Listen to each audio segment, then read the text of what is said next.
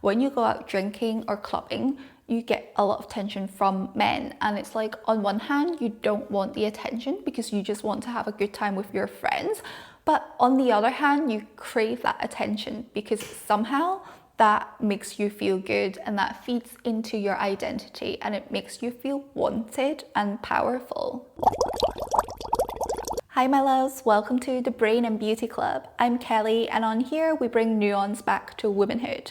Today I want to talk about the complex relationship that we have with beauty. But before we get into it, I need you to hit the like and subscribe button. I know you're watching this video and you're not subscribed. Subscribe is good karma. Now that's out of the way, let's get into it. Have you ever wondered why we place so much emphasis on the way that we look? It seems like being called beautiful is the ultimate prize that we all want. So we buy all these products that promise to reduce wrinkles, to reduce dark circles, to reduce all these imperfections that we're told we have. And we inject all these toxins into our face and body so that hopefully one day we will become beautiful enough for society. We have been conditioned from a young age that beauty matters. Think back to when we were little girls. We were praised for being cute, for being pretty, for being agreeable, before we had any idea about what money or career or independence were. During our adolescence years, we become even more aware of the need to be beautiful.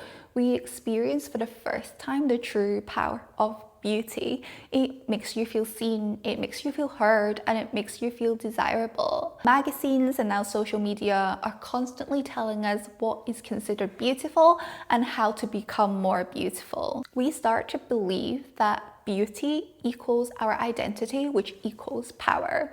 And I too remember all of a sudden becoming beautiful when I was in my teenage years. I used to be this geeky little girl with glasses and braces and a high ponytail, and one day I discovered contact lenses and how to curl my hair and how to apply makeup, and all of a sudden this beautiful girl emerged from this geeky little girl, and I held onto it like it was my identity.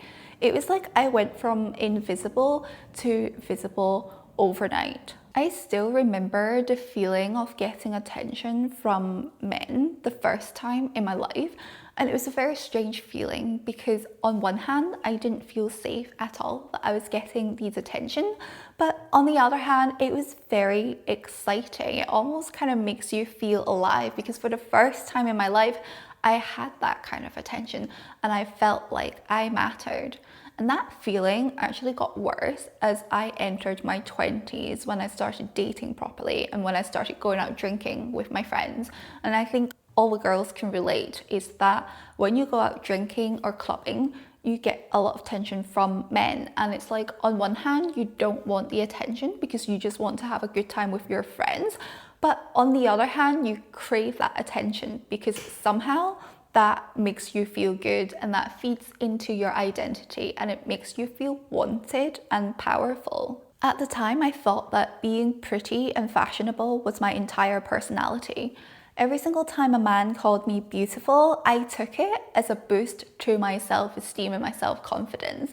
And before I knew it, I was largely relying on being pretty and equating it to being seen and feeling like I mattered. I have been thinking a lot about my own relationship with beauty lately, and I realized that I spent the majority of my 20s tying my self-worth to my beauty, just like I tied my self-worth to every other external things when I was in my 20s. But I think the difference is that when I was relying on external validations like my career or how much money I had or where I lived and the kind of cars that I drove or the bags that I used, they were all things that I wanted to achieve, and I thought that if I can have that, then that means that I am successful. Whereas with beauty, it felt very different. It was almost like it was just who I am, you know? So why is it that beauty seems to strike a different chord compared to any other external validations? And I think it comes down to three things. The first thing is that beauty is assigned before agency existed. When you think about money, status, career, etc., they are all things that happen after some sense of self has been formed. Whereas for beauty, that's not the case. Like I mentioned at the start of the video, we were taught that beauty matters before we knew what anything else was, before we could choose anything, before we could earn anything. So in that sense, beauty seems like something that is ingrained in us. And the second thing is that beauty is attached to your body, not your behavior. When you think about things like money or career or lifestyle, these are all external validations that you earn, that you work for, that are external. Whereas with beauty is external validation because it is how someone perceives you, but what they're perceiving is embodied. It's not external like money or career or lifestyle. It is literally your face and your body that they are judging. You can lose money, you can lose your job, you can lose your lifestyle and still feel intact as a person, as a whole. And you might feel like a failure if you haven't separated your sense of self from all these external things yet, but generally speaking, as a person, you still feel intact. Whereas with beauty, being told that you are losing beauty or that you didn't even have it in the first place feels like you're losing your place and your worth in this world. The third thing, and the most important one, is that beauty is rewarded with love, not resources. When you think about money and career, for example, that buys you materialistic things, whereas with beauty, it buys you desirability, it buys you protection, it buys you the feeling of being seen, and it buys you love. So those are relational needs, they're not materialistic things. When beauty is rewarded, it's not just saying that you are valuable as a person, it's saying that you are lovable as a person. And that, I think, is the biggest reason why we tie so much of our self-worth into our beauty. Now that I'm in my 30s, I think I can finally detach my self-worth to my beauty.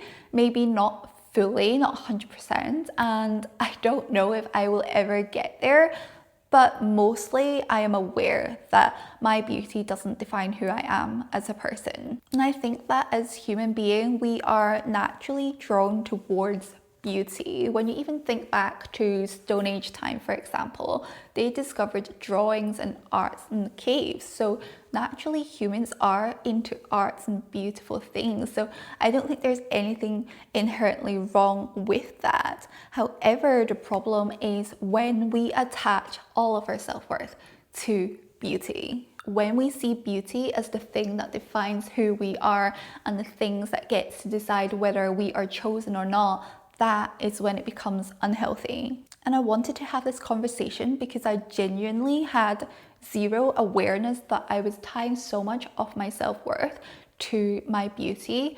It wasn't until I met my husband, or now that I'm in my 30s and I'm a little bit older, that I realized how much of my self-worth was dependent on my beauty when I was younger. It wasn't until I felt safe enough with my husband that I stopped performing beauty that I realized how much I was performing when I was in my 20s. With all that being said though, I do want to say that pretty privilege is real.